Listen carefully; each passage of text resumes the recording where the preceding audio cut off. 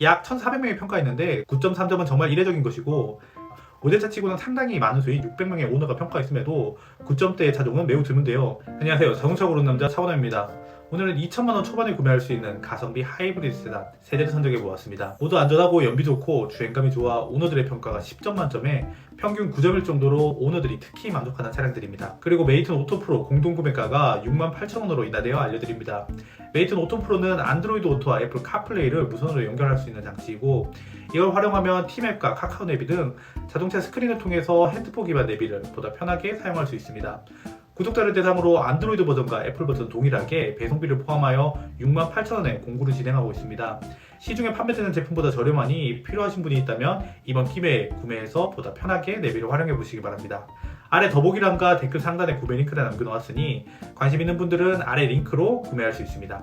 첫 번째 추천 차량은 DM8 소나타 하이브리드입니다. 2.0 엔진과 6단 자동 변속기가 들어가 통합 출력은 191마력, 토크는 19.3kgm입니다. 소나타 DM8은 전세대 대비하여 연비가 많이 증가하였는데 최대 20.1km로 전세대인 소나타 뉴라이드 대비하여 10% 정도 개선되었습니다. 엔진은 소나타 뉴라이드에 쓰이던 누 기반 에키슨 사이클 GDI 엔진이 그대로 적용되었고, 변속기에서 변화가 생겼는데 현대 하이브리드 최초로 액티브 시프트 컨트롤 ASC가 적용되었습니다.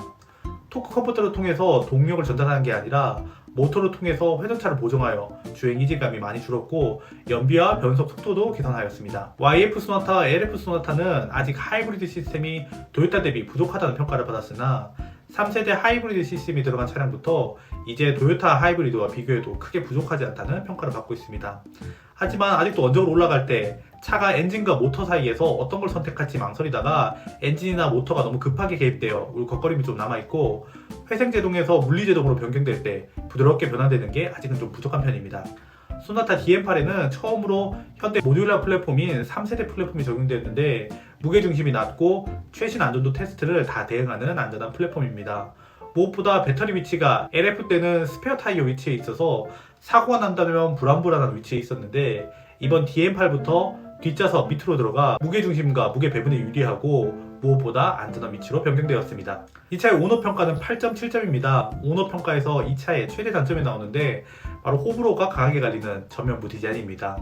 처음에는 호불호가 강했지만 이제 제 눈에 좀 익숙해져서 제 개인적으로는 이 차를 구매하는데 디자인이 크게 영향을 미치는 요소가 아니라고 생각하는데, 이건 개인차가 있으니 여러분은 어떨지 모르겠네요. 소나타 DM8 하이브리드의 중고 시세는 20년씩 10만 정도 운행한 중상위 옵션의 차량이라도 2천만원 초반에 구매할 수 있습니다. 최신 세대 현대차답게 안전 옵션이 기본으로 들어가 있고, 우리가 사랑하는 통풍 시트와 스마트 크루즈 컨트롤이 들어간 매물이 상당히 많습니다. 이 차의 신차가가 3천만원 초반이라서 3년에 30% 감가이면은 하이브리드 치고는 매우 준수한 수준이라고 생각합니다. 새로운 하이브리드 시스템과 최신 샤시 20kg에 가까운 어마어마한 연비를 갖고 있지만 디자인이 다 말아먹어버린 속이 꽉 찬 자동차 소나타 하이브리드가 첫 번째 추천 차량입니다. 두 번째 추천 차량은 8세대 캠리 하이브리드입니다. 2.5 하이브리드 전용 엔진과 eCVT라는 이름의 모터로 구동되는 변속기를 가지고 있습니다. 통합 출력은 211마력, 토크는 22.5kgm, 연비는 최대 17.5입니다. 캠리는 가격 때문에 간혹 그랜저급이라고 생각하시는 분이 있는데 전장이 4.8m로 소나타와 같은 중형 세단 세그먼트입니다. 중형이기 때문에 고급스러보다는 실용성과 가성비에 포커스를 맞춘 차량이다 보니 중형급의 정숙성과 주행 질감을 가지고 있습니다. 토요타는 하이브리드의 선두주자인데 우리들이 스타크래프트에 빠져있던 1999년에 하이브리드 첫 모델인 프리우스 1세대 양산을 시작했고 2003년에 캠리 하이브리드를 출시했습니다. 토요타는 하이브리드를 처음 양산한 자동차 브랜드답게 오랜 기간 양산하다 보니 하이브리드 시스템 완성도가 타 브랜드에 비해 매우 높습니다. 토요타는 발전용 모터와 구동용 모터 두 개를 사용하는 직병렬식 특허를 가지고 있고, 모터를 통해서 구동되는 변속기를 사용하여 하이브리드 차량임에도 불구하고 주행 이질감이 많이 없다는 게 장점입니다. 하이브리드는 모터와 엔진이라는 두 개의 구동장치가 있고, 상황에 따라서 적절하게 모터와 엔진이 사용되고 또 상황에 따라서 모터와 엔진이 함께 구동을 해야 합니다. 또 하이브리드의 핵심인 브레이크를 밟을 때 버려지는 에너지를 전기 생산에 사용해야 되기 때문에 회생제동과 물리지동이 함께 적절하게 사용돼야 되는데 우리가 생각하는 것보다 훨씬 복잡한 로직으로 하이브리드 시스템이 작동되고 있습니다. 타 브랜드는 이러한 이유로 울컥거림이라든지 반응 속도가 느려지는 이질감이 있는데 캠리는 이 부분에 있어서 최고 수준의 완성도를 가지고 있습니다. 무엇보다 캠리의 최고 장점은 장고장이 없다는 건데요. 미국에서는 캠리가 고장으로 도로에 정차했다면 도와주지 마라. 그래서 아마 강도일 것이다. 라는 우스갯소리가 있을 정도로 우수한 내구성을 갖고 있습니다. 캠리 하이브리드의 오너 평가는 9.3점입니다. 외제차 치고는 상당히 많은 수인 600명의 오너가 평가했음에도 9점대의 차종은 매우 드문데요. 이 차가 잘 만들어진 차라는 걸 반증하는 데이터입니다. 다 높지만 그래도 오너들이 특히 만족하는 부분은 9.6점을 기록한 품질 만족도입니다. 하이브리드 차지만 연비보다 품질 만족도가 높아 이 차가 얼마나 장고장이 없는지를 알겠네요. 이러한 장점 때문에 수입차임에도 불구하고 현대기와 비슷한 중고차 가격방을 하고 있는데요. 캠리 8세대 18년식 10만 단순 교환이 있는 차량은 2천만원 중반에 시세가 형성되어 있습니다. 하지만 신차 판매가 적어 중고 매물이 많지 않아 가성비 매물을 찾기 위해서는 조금 시간을 갖고 찾는 것이 필요할 것 같습니다. 캠리는 8세대로 넘으면서 도요타답지 않게 디자인이 다소 진보적으로 변경되었는데 이 점이 좀 호불호가 있는 것 같습니다. 그리고 동호회에 찾아보니 캠리 하이브리드는 배터리가 죽는 문제가 종종 발생하는데 이러면 배터리를 교환해야 되고 배터리 교환 비용은 400만원이라고 합니다. 완성도 높은 하이브리드 시스템과 고장 안 나는 차체를 가진 캠리 하이브리드가 두 번째 추천 차량입니다. 세 번째 추천 차량은 그랜저 IG 하이브리드입니다.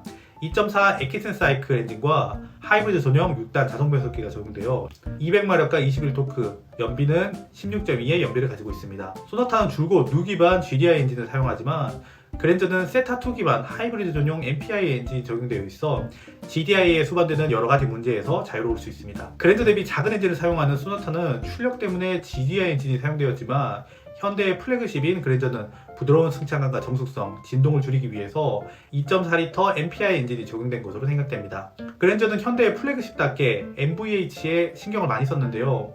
깡통부터 이중접합 차압유리가 앞유리와 1열에 기본으로 적용되고 최상위 트림인 익스클루시브 스페셜 트림에는 모든 유리가 이중접합 차압유리가 적용됩니다. 전체적으로 흡음과 방음 처리가 잘 돼 있어 급에 맞는 조용한 하이브리드 세단을 구현하였습니다. 그랜저 하이브리드는 신차가가 4천만원이 넘었던 차이고 시작이 프리미엄 트림부터 시작이기 때문에 외관에서는 내연기관 그랜저 상위 트림에 적용되는 익스테리어가 기본적으로 다 적용되어 있습니다. 물론 오너들만 아는 디테일의 차이겠지만 LED 헤드램프와 방향 지시 등이 적용되고 샤틴 크롬이라고 낮은 트림에 들어가는 크롬색이랑 다른 크롬이 적용됩니다. 또 현대 옵션 트리에서 통풍 시트가 매우 높은 위치에 있는데 그랜저 익스클루시브에는 통풍 시트가 기본적으로 들어가다 보니 현대의 플래그십 세단답게 옵션으로는 부족할 게 없습니다. 또 소소하지만 안드로이드 오토와 애플 카플레이를 지원하여 센터 스크린을 활용할 수 있는 점도 장점입니다. 연비도 공인연비 16km 이상은 나온다는 평가가 많아서 준대형 세단이지만 준중형보다 우수한 연비를 갖고 있어 유지비가 무엇보다 저렴합니다. 그리고 가장 큰 무형의 그랜저의 장점은 그랜저라는 이미지인데요. 넓은 차체에 고급스러운 내장된 부드러운 승차감까지 외제차가 흔하고 그랜저가 아무리 국민 세단이라고 하지만 우리나라에서 몇십 년 동안 쌓아 올린 그랜저의 이미지는 무시 못하는 것 같습니다. 그랜저 하이브리드의 오너 평가는 9.3점입니다. 약 1,400명이 평가했는데 9.3점은 정말 이례적인 것이고 제 주위에 이 차 오너들이 있는데 오너 중에 불만족하는 오너를 찾기 어려울 정도로 오너 만족도가 높은 차량입니다.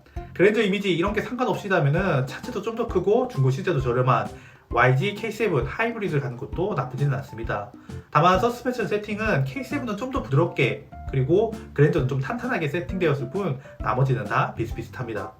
그랜저 하이브리드 시세는 17에서 18년씩 10만 정도 주행한 차량이라면 2천만원 초반에 괜찮은 매물을 찾을 수 있습니다. 유지비, 가성비, 승차감, 품질 어느 것 하나 빠지는 게 없는 가성비 하이브리드 세단 그랜저 하이브리드가 마지막 추천 차량입니다. 지금까지 영상 봐주셔서 감사하고 저는 다음 영상으로 찾아오도록 하겠습니다. 그리고 지금까지 보고 계시다면 구독 한번 눌러주세요. 감사합니다.